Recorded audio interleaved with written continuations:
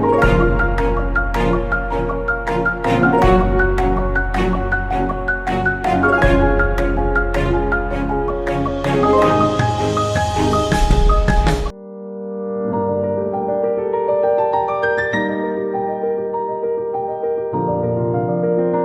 rougeole, déjà, c'est une maladie virale qui est due à un paramyxoviridé qui est de la famille des morbillovirus. La maladie de la rougeole se caractérise essentiellement par des éruptions cutanées, c'est-à-dire c'est des petites vésicules sous des plaques qui envahissent quasiment tout le corps, et ça commence essentiellement au niveau du visage, derrière les oreilles, et puis ça s'étend. Et c'est vraiment des petits boutons, si on peut le dire comme ça, qui sont très rouges. Et généralement, ça accompagne essentiellement de la fièvre et précédé généralement par un rhume, si vous voulez, une grippe, de la toux. Et il peut arriver effectivement que vous ayez une perte d'appétit, qu'un enfant qui contacte la rougeole ou un patient qui a de la rougeole a une perte d'appétit et une fatigue assez intense. On avait commencé à remarquer des cas isolés depuis le mois d'août-septembre. Hein, et puis après, tellement qu'ils étaient devenus récurrents, on a commencé à remarquer vraiment l'affluence des patients, sinon des malades, qui venaient avec les symptômes de la rougeole, avec un pic beaucoup plus vers le mois d'octobre-novembre. Et je peux donc dire à partir de là que nous avons commencé déjà à penser à l'épidémie de la rougeole. Après, il fallait attendre que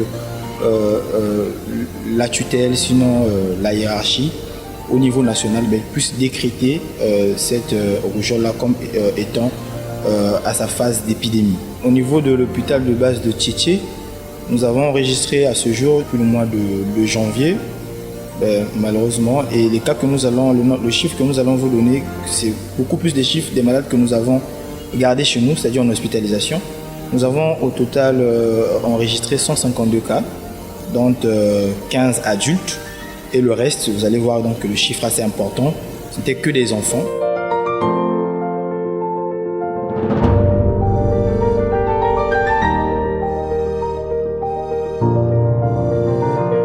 La maladie de la rougeole, elle existe.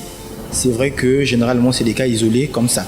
Mais à un pourcentage assez élevé comme c'est le cas actuellement, on ne s'attend pas toujours à qu'est-ce qui peut entraîner une phase d'épidémie. On a plus un œil sur la prévention, mais vu que nous sommes dans un contexte d'épidémie, la maladie elle est là, on agit avec les moyens de bord. Déjà que c'est une maladie virale, d'abord il faut dire que la prise en charge elle est symptomatique, et lorsque nous sommes en face des malades qui viennent avec des complications, avec des surinfections, les complications peuvent être encéphaliques, peuvent être même ophtalmiques, peuvent être même pulmonaire, cardiaque, si vous voulez, rénal, ainsi de suite. Donc tous les systèmes de l'organisme peuvent être touchés par la rougeole. Et donc en ce moment-là, nous introduisons les antibiotiques dans les phases de surinfection pour éviter effectivement ces complications. Et une prise en charge pluridisciplinaire est donc mise en vigueur en ce moment-là. Mais sinon, encore une fois de plus, la prise en charge devrait être à l'échelle nationale, c'est-à-dire qu'il y ait la vaccination. Sinon, aujourd'hui, nous nous basons que sur des protocoles d'ordre thérapeutique, sinon d'ordre curatif. Ça marche parce que déjà l'hôpital de base de Tchétché, jusqu'alors, sur les 152 cas que nous avons reçus, nous avons enregistré à peine un décès. Donc ça veut dire que ça marche, que malgré la gravité de la maladie, parce que la rougeole est une maladie très grave, surtout à une tranche d'âge, les enfants de moins d'une année et les adultes essentiellement, surtout ceux-là qui n'ont jamais pris le vaccin, c'est une maladie très grave. Malgré cela, nous faisons un effort pour que les choses se passent normalement dans nos hôpitaux.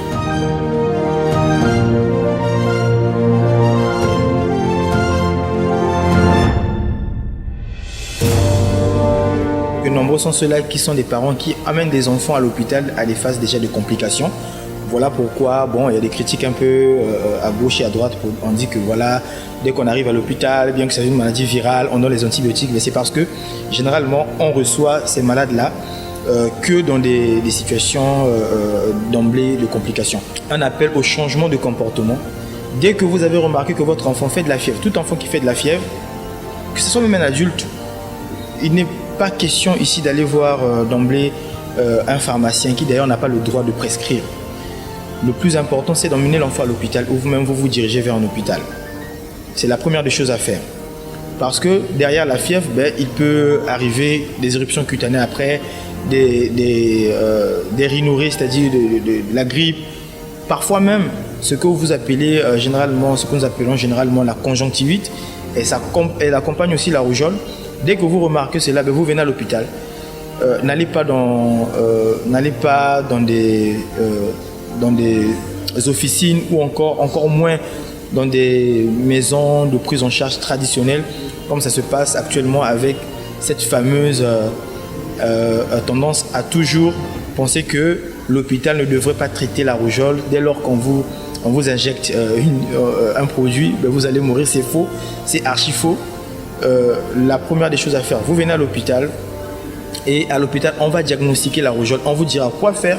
S'il faut qu'on hospitalise l'enfant, on va l'hospitaliser. On entend ici et là que on a besoin des feuilles de manioc pour laver l'enfant. On donne du vinaigre, on fait ceci. C'est pas bien. Déjà, le vinaigre, c'est une substance acide et vous pouvez entraîner des problèmes d'estomac, surtout chez les enfants. C'est fréquent. Nous lançons donc ce vibrant appel d'arrêter avec ces pratiques. La rougeole se traite à l'hôpital, sinon ce devrait être les tradipraticiens qui devraient essentiellement donner la nomination de rougeole.